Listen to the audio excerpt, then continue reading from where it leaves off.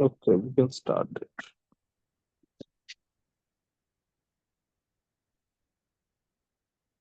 ये पहला page okay हो गया था। हाँ जी sir.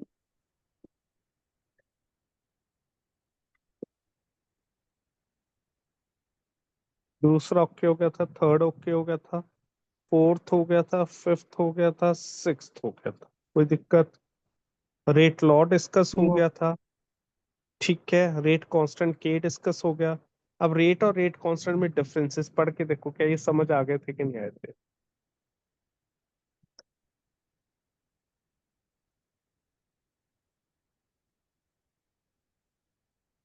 Are you comfortable with these differences और नॉट?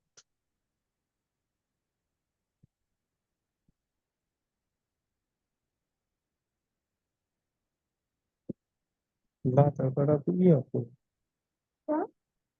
स्क्रैच था, बी के ऊपर कहाँ था?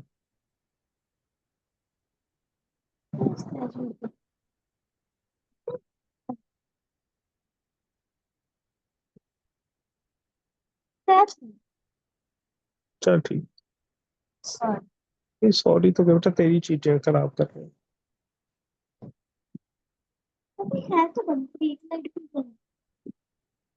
चाचा बहुत कर दे, बंद कर दो करंट। तू इस पे खेल ले, खेल ले। हम्म, खेल ले इस पे। बेटा ये पॉइंट समझ आ रहे हैं? जी सर।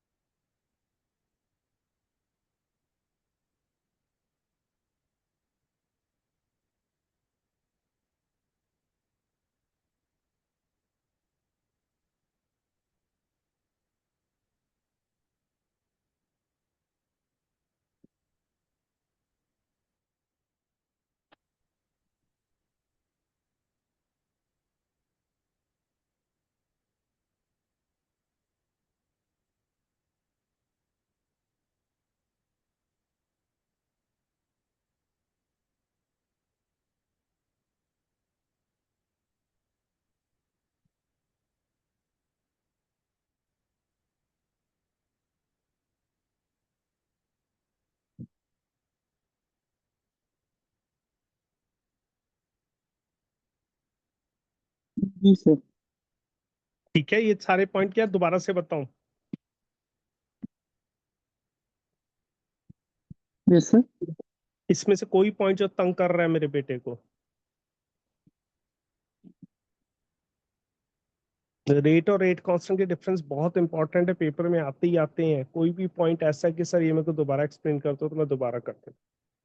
हैंड वॉश कर। एक्चुअली सर अच्छे से अभी तक हुआ नहीं है रिपीट में। कल ही रात को रिकॉर्डिंग आया है।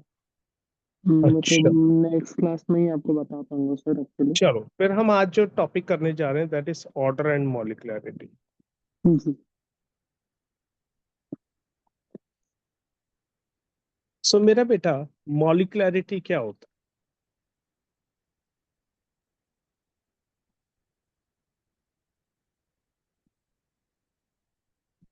है? मॉलिक्युलरिटी इज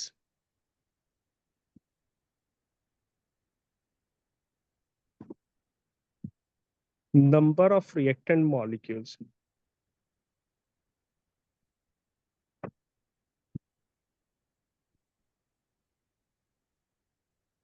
taking part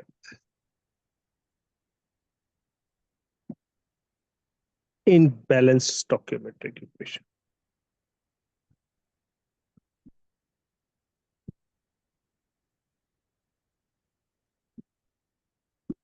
ठीक है मेरा बच्चा? ये मान लो कि बैलेंस्ड इक्वेशन है, तो इसकी मॉलिक्युलरिटी क्या होगी?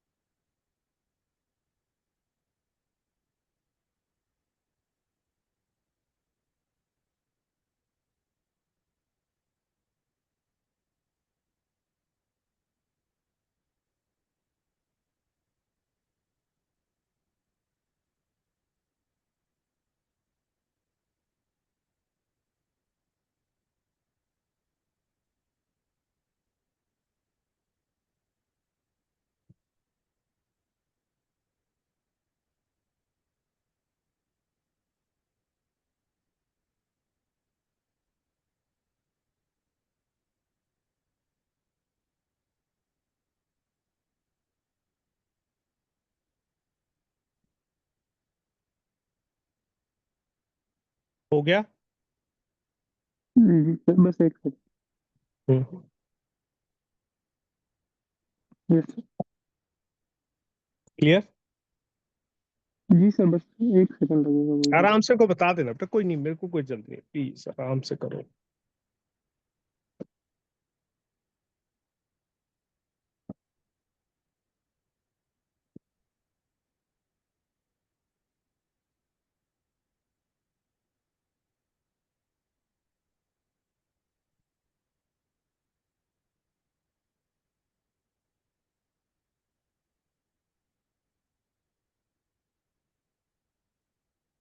पहले टीवी देखना था, टीवी देखना मैं चलो फिर।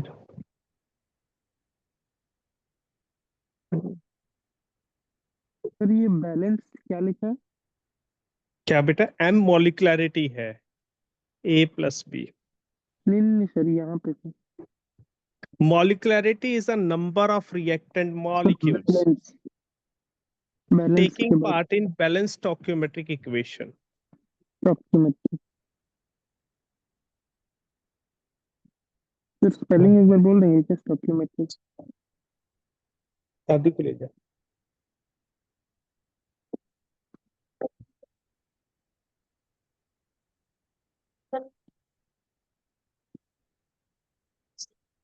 अरे नहीं, ये तीन है, करती है। नहीं नहीं, वो लेके जा, ये भी ले जा, दोनों ले जा। अरे नहीं, कम होंगे फिर वापस आना पड़ेगा। या बेटे क्या कह रहा था? Yes sir. Yes sir.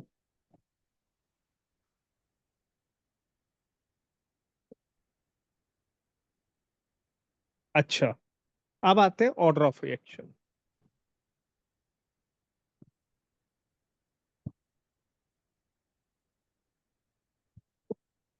Order of reaction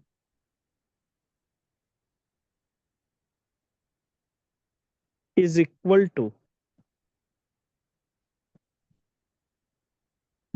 the number of molecules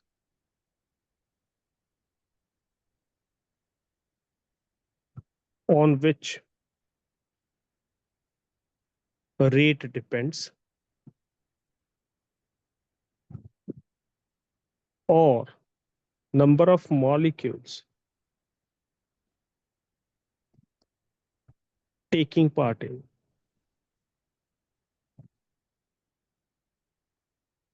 rate law। कैसे?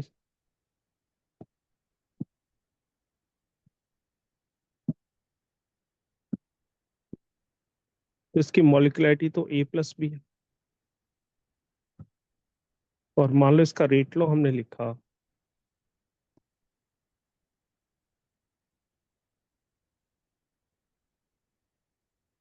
विवानी गेट बंद करके जाओ,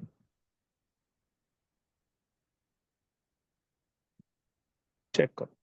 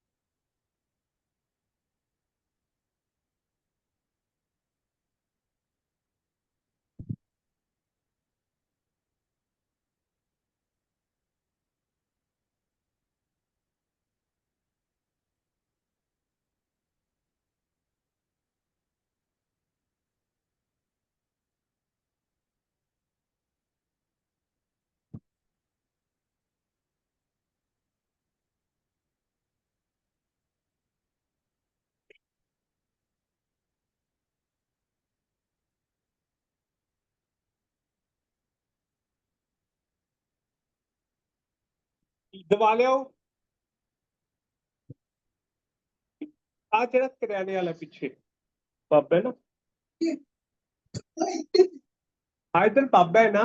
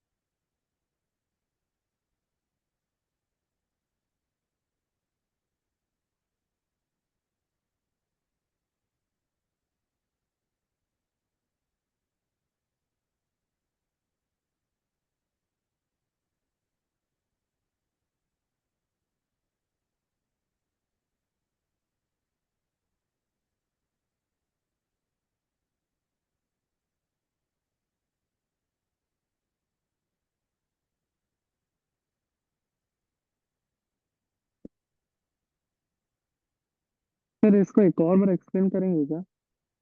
इसको एक्सप्लेन एग्जांपल से करता हूँ, ये पहले नोट कर लिया। यस, एक सेकंड बस सर, लास्ट में लिख। एक बार इसको नोट कर लो, ये अभी नहीं समझ आएगा, ये 5-10 मिनट लगेंगे आप।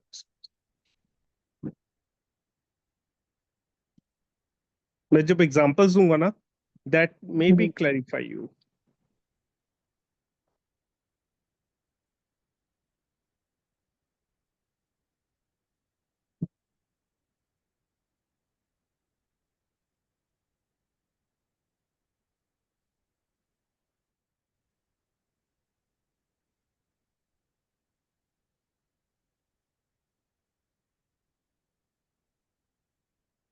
Yes sir please. अब देखो इसको ना हम यहाँ ऐसे समझते हैं कि बेसिकली क्या होता है मेरा बच्चा, नॉर्मल रिएक्शंस के लिए, 9.9% रिएक्शंस के लिए, यहाँ एक चीज तो ध्यान रखना, molecularity is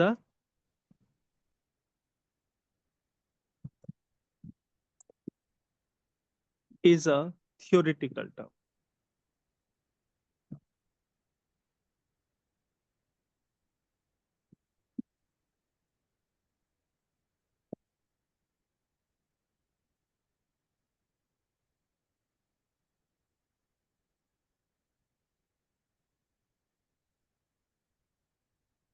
which molecularity is is obtain theory का।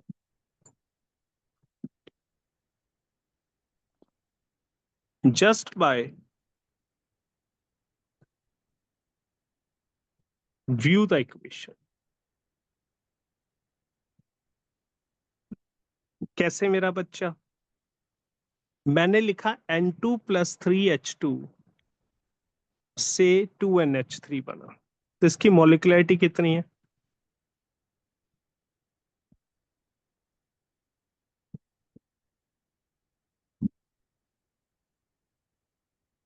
इसकी मॉलिक्युलरिटी कितनी है बेटा?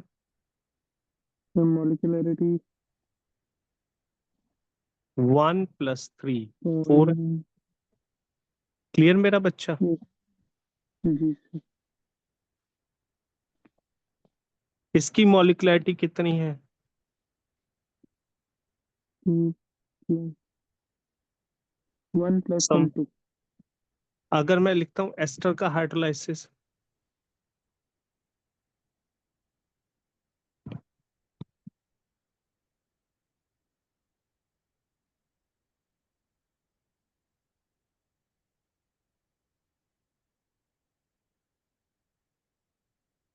तो इसकी मॉलिक्युलरिटी कितनी है? क्या ये समझ आ रहे हैं? जी सर, मतलब A+B हो रहा है। हाँ। प्लस N2O5 के दो मॉलिक्यूल्स, इसकी मॉलिक्युलरिटी क्या होगी मेरा पुत्र? 4+, इसकी मॉलिक्यूलरिटी 2 होगी सर। हम्म। तो एक बार के नोट मॉलिक्युलरिटी है तो आप सिर्फ दूसरा इक्वेशन देख के लिखूंगा। पता कर रहे हो। जी सर। मॉलिक्युलरिटी तो इक्वेशन देख के पता कर रहे हो, पहले इसको नोट करो। जी सर।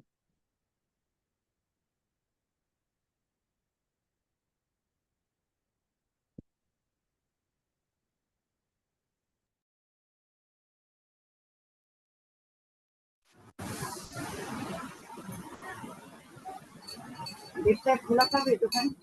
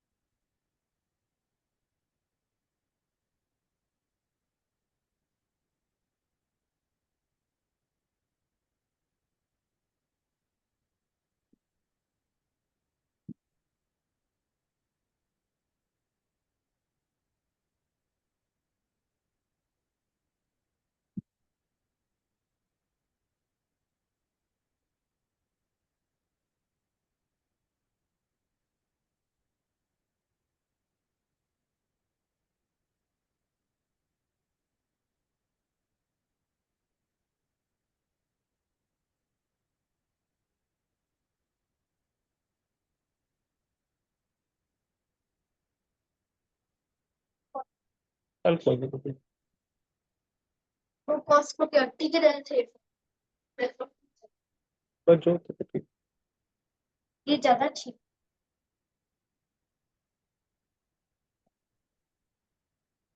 हम सब लॉट में से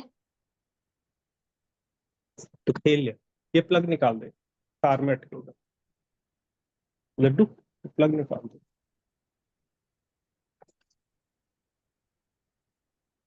जी सर। नहीं निकल, हो गया बेटे। Yes sir. अब इसके बाद यहां लिखोगे how ever order is a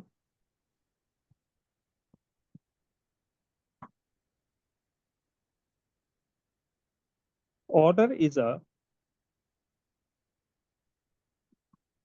experimental term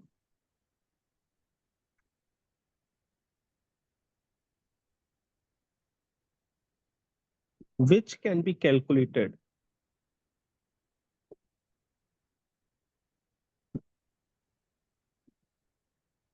by some experiments. Okay, हम सिर्फ इक्वेशन देख के नहीं पता लगा सकते, बट इसके लिए मैंने कुछ समरी तैयार की है जो आपको काफी हेल्पफुल होगी। That for most of reaction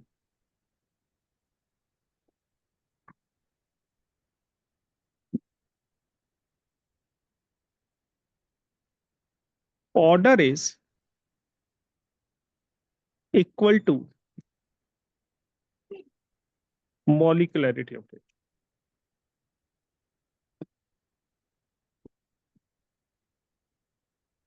Okay, yes sir. only in few cases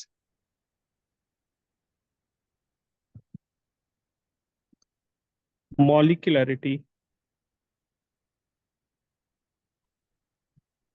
mismatch order.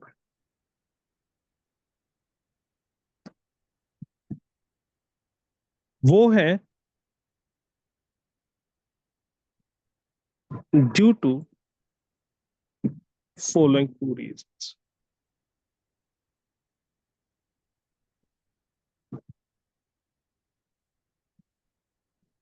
कौन कौन से रीजंस हैं? फर्स्ट, when any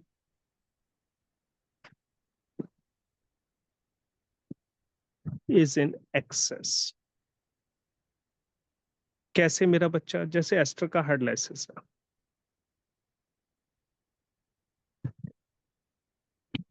साइंस समझ आ रहा है? सर थोड़ा क्लियर नहीं हो पा रहा।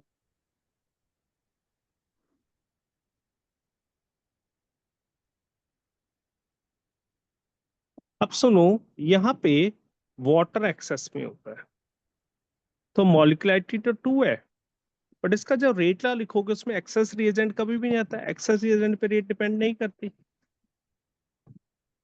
ये पता है कि समझाऊं? नहीं सर, समझा दीजिए, पता नहीं। लो, मान लो आपके घर पे आप अकेले हो, पीछे से गेस्ट आ जाते हैं, मम्मी पापा घर पे नहीं है। मान लो they are the 5 persons, yes sir.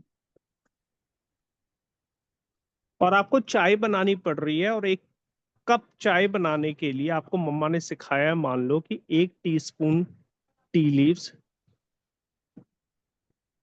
और 2 टीस्पून शुगर चाहिए। ठीक है, जी सर। अब हुआ क्या कि गलती से जो घर पे चाय पत्ती थी वो तो बहुत पड़ी है, हम्म, एक्सेस, और चीनी खत्म है, और गलती से आपने खुरच खर्च के 6 टीस्पून शुगर निकाल, तो कितने कप चाय बनेंगे? हम्म। सर कट गया, क्या बोले सर? अगर आपके घर पे टी लीव्स तो एक्सेस पड़ी है, चाय पत्ती तो बहुत पड़ी है, बट शुगर आपके पास सिर्फ 6 टीस्पून है, और 1 कप चाय यस। बनाने के लिए 1 टीस्पून टी लीव्स चाहिए, 2 टीस्पून शुगर चाहिए, तो कितनी चाय बनेगी? 3 cup sir. 3 cup. So basically total cup चाय बनना किसके ऊपर डिपेंड कर रहा है, चाय पत्ती पे या चीनी पे? दोनों पे। डाल दो चीनी पे, क्योंकि चाय पत्ती तो बहुत पड़ी है, चाहे 10 कप और चाय नहीं बना sir, low. In this case में मतलब वैसे जाएंगे तो सर दोनों पे तो डिपेंड रेट करता है ना। रेट सिर्फ किस पे डिपेंड कर रही है? उस पे जो चीज एक्सेस नहीं है। Yes sir. तो चाय के कप बनना डिपेंड कर रहा है चीनी पे, क्योंकि चीनी खत्म हो गई। आप वो गेस्ट से पूछेंगे भैया 5 चने थे तूने 3 कप चाय क्यों बनाई, आप कहोगे भैया चीनी खत्म हो गई। सो जो रिएजेंट एक्सेस है उस पे तो रेट डिपेंड ही नहीं कर रही। ये ऊपर देखो, तो जी रेट सिर्फ किस पे डिपेंड कर रही है? एस्टर पे। तो ऑर्डर क्या हो जाएगा वो नोट कर लो। समझ आया? जी सर। नोट करो इसको। जी सर।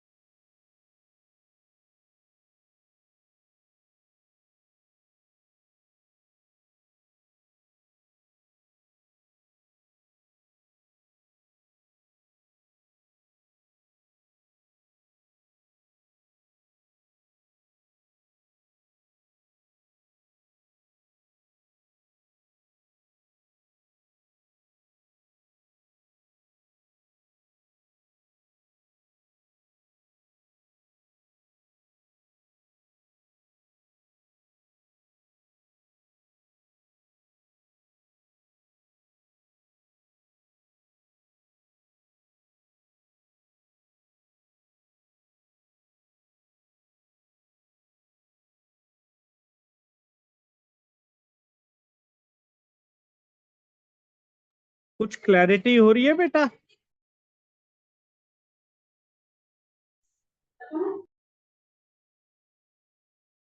जी सर, क्लियर हेलो हो रहा नोट हेलो करो कोई। हेलो है। हेलो। एलिसा। Yes, hello. या Elisa, let's move to room 1. Okay.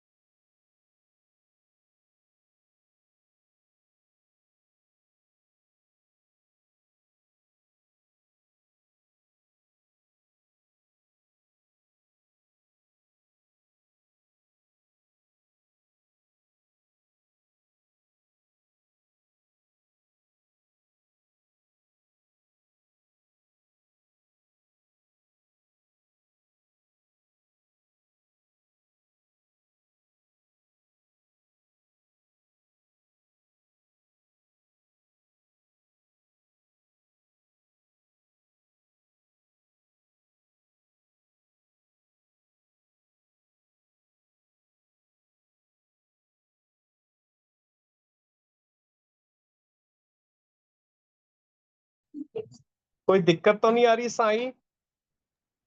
नहीं सर, बस लिख रहा हूँ, ग्रीन वाले पार्ट में था। सर आज हाफ 1.5 आवर्स करना है। हाँ 1.5 कर ले, कोई दिक्कत तो नहीं? नहीं नहीं, कोई दिक्कत नहीं। वैसे सर 2 आवर्स करने का बोल रहे थे, मैं ये बोल रहा था आज 1.5 आवर्स कर लेते। देखो बेटा, जितना कंफर्टेबल हो, 1 आवर 1.5, जितना कंफर्टेबल हो तो जो, मेरे को कोई दिक्कत। जी सर। जी सर।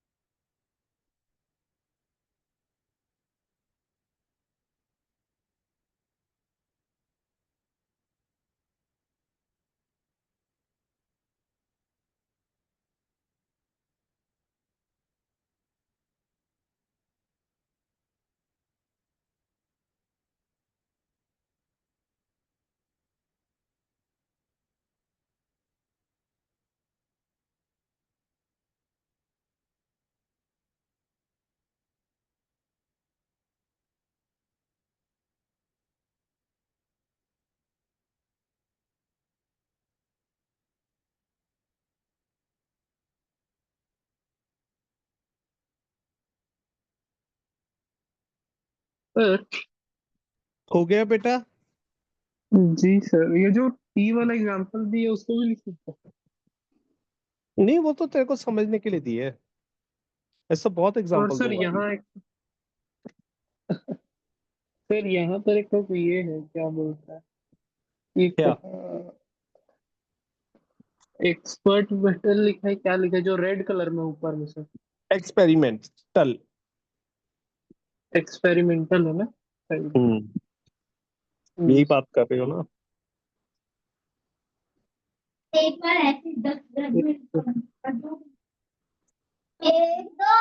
चले आगे। Yes sir. अब सेकंड रीजन क्या है? पहला रीजन तो हो गया जब कोई रिएक्टेंट एक्सेस में हो, और दूसरा है व्हेन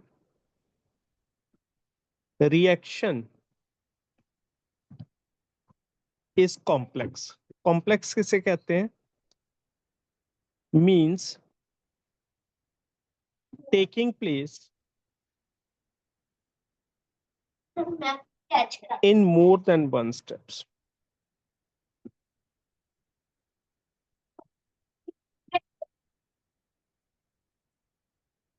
ठीक है, यहाँ याद रखना, वन स्टेप रिएक्शन को हम क्या कहते हैं? Elementary reaction.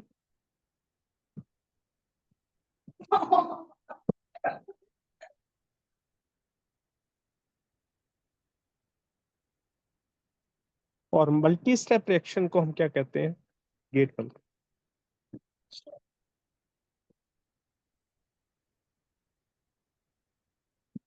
ओके, अब यहां पे जो मल्टी स्टेप रिएक्शन है,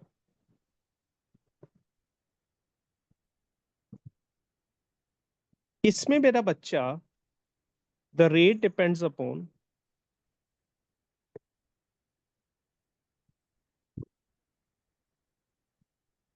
स्लोएस्ट स्टेप। ठीक है,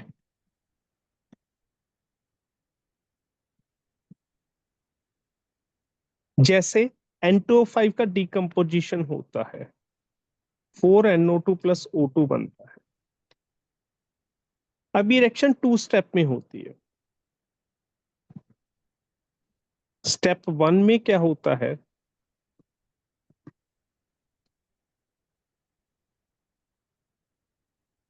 ठीक है मेरा बच्चा,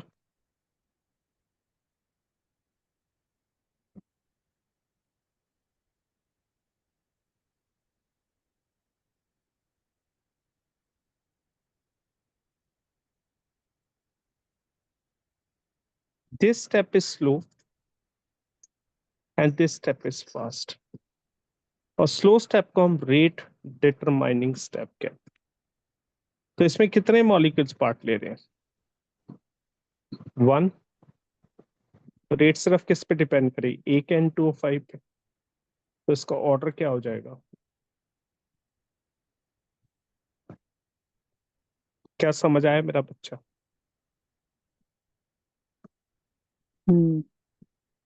अब यहाँ क्वेश्चन आता है कि रेट जो है सिर्फ स्लो स्टेप पे क्यों डिपेंड करती है। पहले हम इसको समझे, फिर हम आगे चलेंगे। Let what we can do, हम एक साइकिल बनाने की फैक्ट्री में जाते हैं। मैं एग्जांपल लेता हूँ, हम दोनों एक साइकिल बनाने की फैक्ट्री में जाते हैं। ठीक है, मान लो हमने कंपनी के ऑनर से बात की, वो कहता है जी मैं डेली 50 साइकिल्स के टोटल सामान बनाता हूं, बस हैंडल जो है वो 30 साइकिल के बनते हैं। तो कंप्लीट कितने साइकिल बनेंगे दिन में?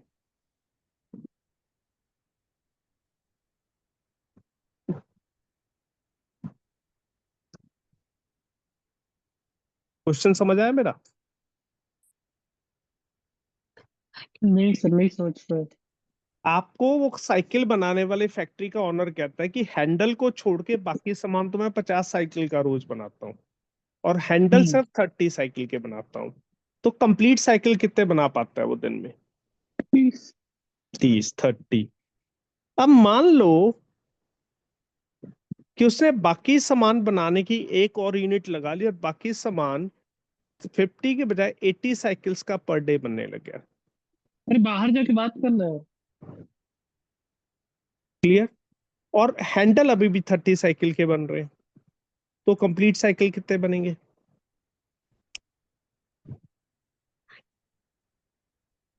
30 ही बनेंगे सर। हाँ, तो मीन्स जो स्टेप ऑलरेडी फास्ट था, उसको अगर हमने और फास्ट कर दिया, क्या कंप्लीट साइकिल बनने पे कोई फर्क आया? नहीं। बट अगर हम हैंडल बनाने की फैक्ट यूनिट को बढ़ा के 80 साइकिल का तो बाकी सामान और 50 साइकिल के हैंडल बना दें, तो कितने साइकिल डेली बन जाएंगे?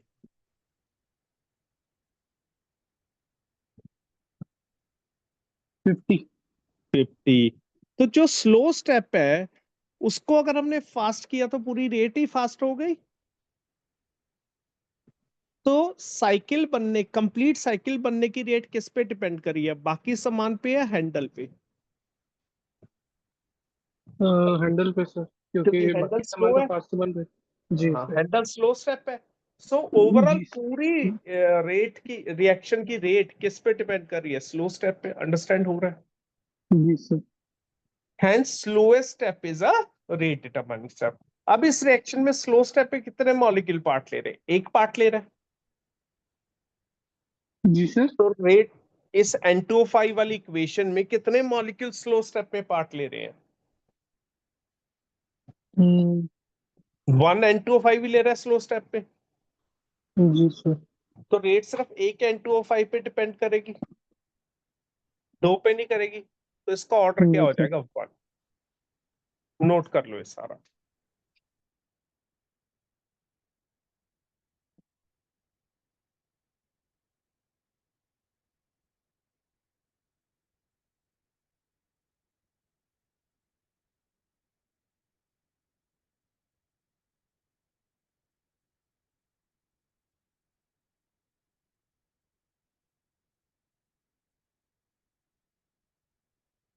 तो मेरे को एक और बार बताएंगे कि जो ऑर्डर वन हम लोग कैसे निकालें? सुनो बेटे, हमने ये देखना है दोनों में से स्लो स्टेप कौन सा है, क्योंकि रेट सिर्फ स्लो स्टेप पे डिपेंड करती है। जी। स्लो स्टेप कौन सा है, पहला कि दूसरा है?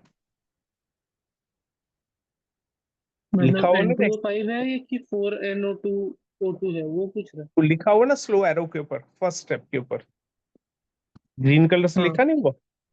तो जो जी। स्लो स्टेप है उसमें कितने मॉलिक्यूल पार्ट ले रहे हैं N2O5 के? जो फाइव। बैठ रखते साइड पे। कितने मॉलिक्यूल पार्ट ले रहे हैं N2O5 के? पाँच सर। कहाँ मेरा बच्चा, एक ही पार्ट ले रहे हैं। सर एक पाँच बोलो। एक ही है ना? तो जी। रेट सिर्फ एक पे डिपेंड करेगी। अच्छा। तो ऑर्डर क्या हो जाएगा? 1। समझ। ध्यान रखना, जितने मॉलिक्यूल स्लो स्टेप में पार्ट ले रहे हैं, रेट उतनों पे डिपेंड करेगी। क्लियर हुई बात? और फास्ट वाले में जो सर लिखा है, क्या लिखा है बेटे, कहाँ पे? जो उसके नीचे वाला जो फास्ट वाला है सर, हाँ। उसमें कोई ऑर्डर ऑर्डर नहीं होगा ना? नहीं नहीं नहीं, रेट सिर्फ और सिर्फ ऑर्डर जो होगा या रेट होगा वो स्लो स्टेप पे डिपेंड करेगी, फास्ट पे डिपेंड नहीं करेगी। जी। ठीक हो रही है?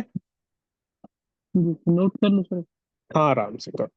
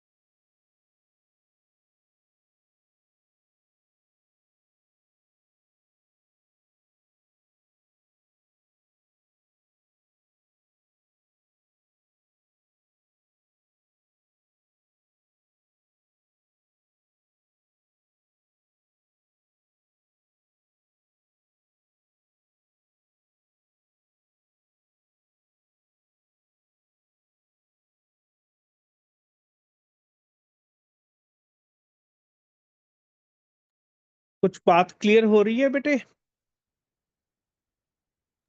हाँ जी sir.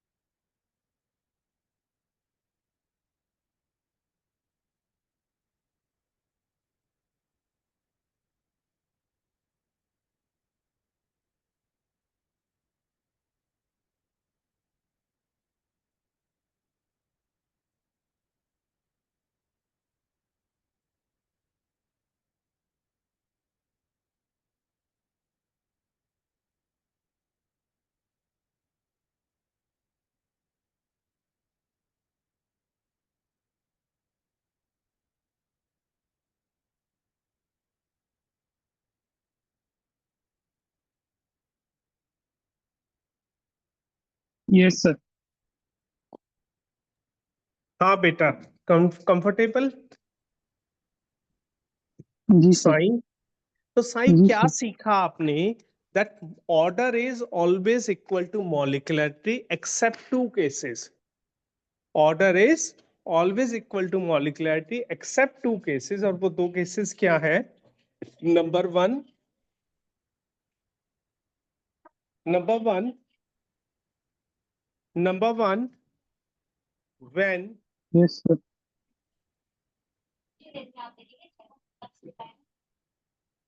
any reactant is in excess or when reaction takes place in more than one steps. Got it?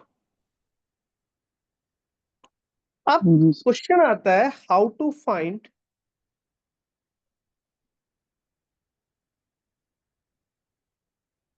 Order of reaction.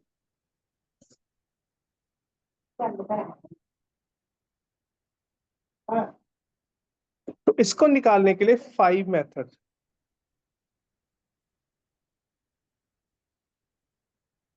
5 methods है। पहला है hit yes and sir. Trial method, जो इंडिया में बहुत चलता तुक्का। जी सर। ये ऐसे हम इंटीग्रेटेड रेट लॉ मेथड कहते हैं।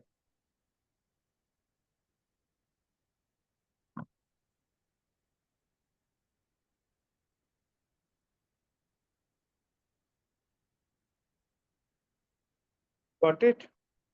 इस जी मेथड सर। में क्या होता है, हम इंटीग्रेटेड रेट लॉ निकालते हैं। जैसे सर क्या फर्स्ट हम करते हैं, अब लेते हैं, आवाज कर दे। क्या मेरा बच्चा? सर आपका आवाज कट गया सर, क्या बोले? इंटीग्रेटेड रेट लॉ में हम क्या निकालते हैं? रेट लॉ निकालते हैं हर ऑर्डर का। जैसे जीरो ऑर्डर है, जी सर। अब जीरो ऑर्डर रिएक्शन में क्या होता है? मान लो ए से प्रोडक्ट बन रहा है,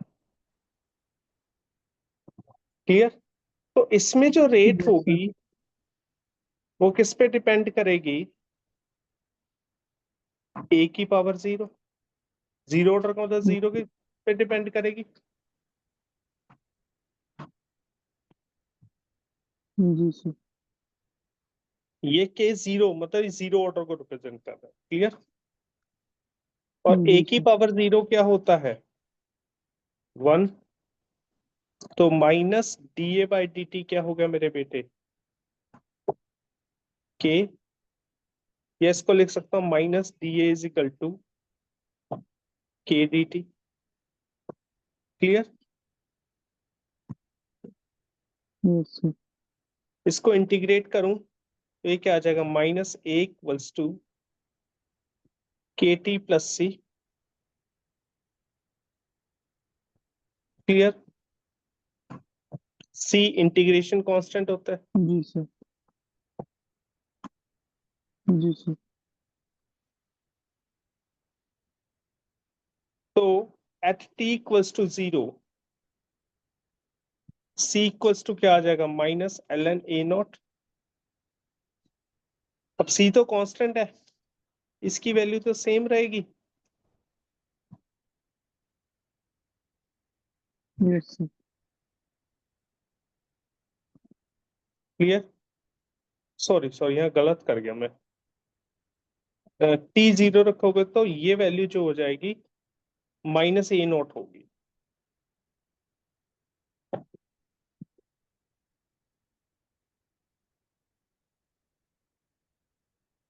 समझ आ रहा है? रख के देख। जब तुम टी जीरो रखोगे, टी जीरो रखोगे साइन, जी टी सर। जीरो रखोगे तो के टी जीरो हो जाएगा। तो सी जी इक्वल्स सर। टू ए होगा, ए को ए नॉट लिख रहे हैं क्योंकि इनिशियल कंसंट्रेशन है। तो के टी क्या यस। हो जाएगा? समझ पा रहे हैं? और के जीरो क्या आ जाएगा?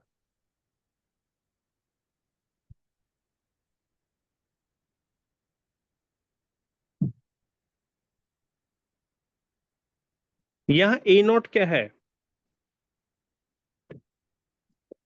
Initial concentration of reactant.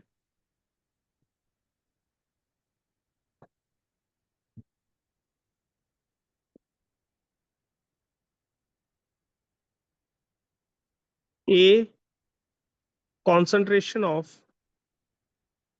reactant at time t, और t टाइम है, और K0 क्या है? Integrated rate constant for zero order reaction.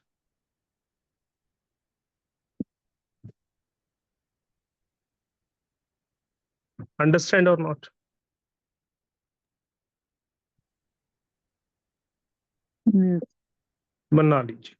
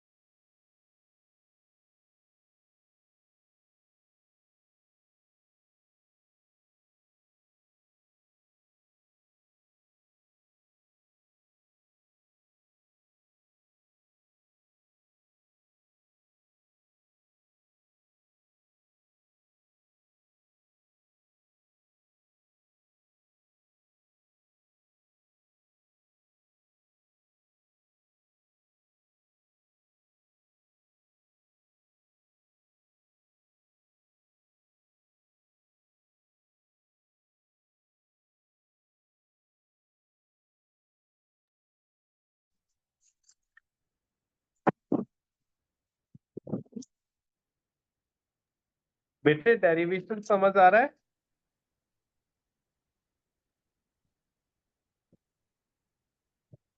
Ji sign sir, derivation समझ आ रहा है बेटा?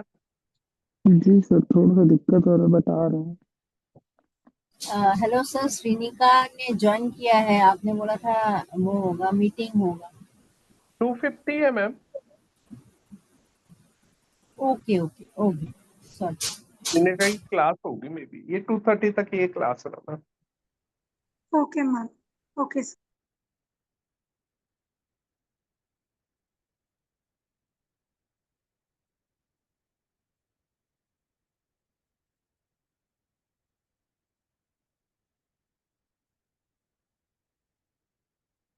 अरे एक बार फिर से मेरे को ब्रीफ करेंगे क्या ये वाला? हाँ मेरा बेटा, व्हाई नॉट। सी मेरा पुत्र, ये रिएक्शन हो रही है, ए से प्रोडक्ट बन रहा है। ओके, जी मैंने इसको एक्सपेक्ट किया जीरो ऑर्डर है। जीरो ऑर्डर का मतलब ये रेट ए के जीरो पे डिपेंड कर रही है। Yes sir. ए के जीरो का मतलब ए की पावर जीरो क्या होता है, 1 होता है। तो minus D A by D T के बराबर हो गया। जी सर। नहीं समझ आया? डी टी ऊपर लेके तो माइनस टी इजिकल टू क्या आ गया, के डी टी हो गया। जी सर। हो गया। सर ये जो लगाए हैं ये क्या, ये लिमिट है क्या? ये इंटीग्रेशन के साइन है। आप मैथ्स के बच्चे को नॉन मेडिकल के? नहीं नहीं नहीं सर, मैथ्स का ही हूँ मैं। बोल रहा हूँ ये वही लिमिट ही लगाया ना आप, इंटीग्रेशन। क्या बेटा, जोर से बोलेगा मेरा पुत्र?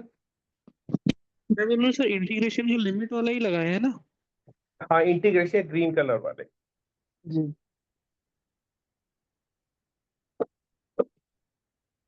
ठीक सर, उसके बाद? तो माइनस डी ए का इंटीग्रेशन ए हो जाएगा, minus A. Yes D sir. T का टी हो जाएगा, और साथ में इंटीग्रेशन कांस्टेंट आ जाएगा सी। अब तो मेरा जी पुत्र जब टी जीरो रखेगा तो के टी क्या हो जाएगा, जीरो। ये जी सर। जीरो हो गया तो सी माइनस ए होगा। पर ये स्टार्टिंग में है, तो स्टार्टिंग में इसको हम क्या बोलते हैं, minus A naught. Got it? जी सर। सी की वैल्यू तो हमेशा ही वही रहेगी, तो मैंने सी की वैल्यू रिप्लेस कर दी। जी सर। अंडरस्टैंड? जी सर। तो ये बन गया। समझ आया? चेक करो इसको, सारे को दोबारा चेक करो।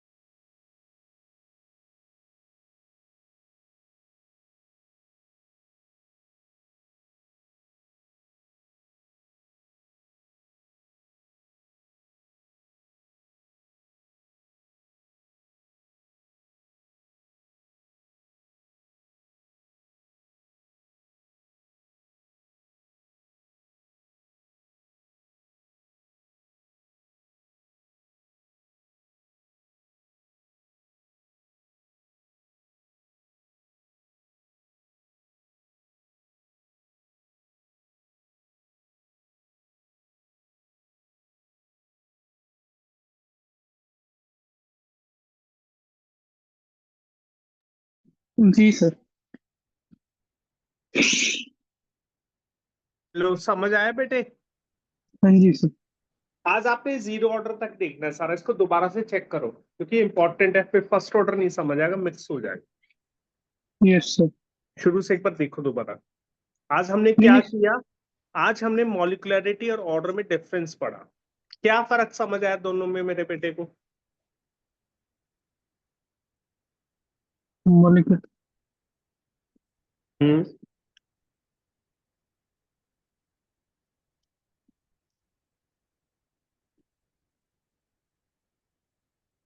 मॉलिक्युलरिटी क्या है?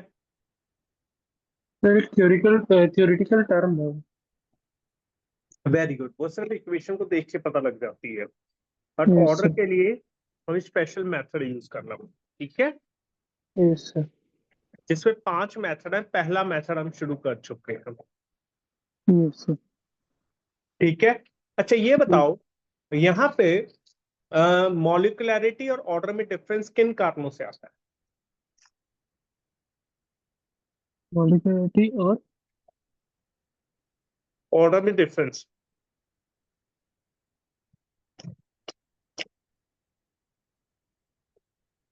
कितने रीजन बताए थे आपको?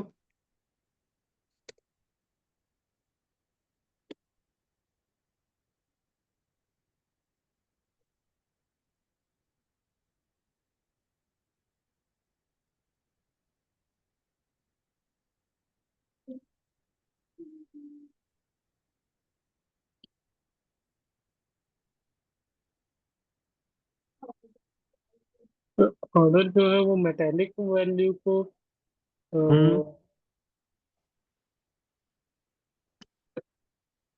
मेटेलिक वैल्यू में हम लोग को हम्म।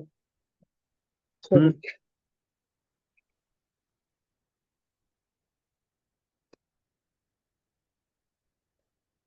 सर ऑर्डर एक्सपेरिमेंटल वैल्यू देता है रेट लॉ के हिसाब से। और जो अ, हमारा ये मोलारिटी है वो एक वो जो थियोरेटिकल टर्म्स है शायद सिंगल एलिमेंट जो रहते हैं ना, सिंगल एलिमेंट्री स्टेप वाले जो रहते हैं सर रिएक्शन, हम्म। हम्म। उसमें हेल्प करता है मॉलिक्यूलरिटी।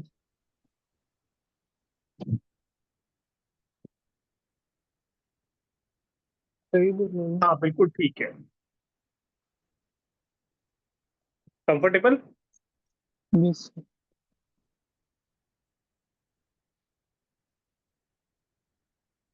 ठीक है, मेरा बच्चा कर लेगा इसको। यस सर कर लेंगे। ओके बेटा, बाय। सर एक बार ये जो है मतलब आप पीडीएफ बना के देख सकते हैं जो लिखे हैं क्लास में। मैं देखता हूँ, अगर आ गया तो अभी भेजता हूँ। यस। ठीक। Thank you sir.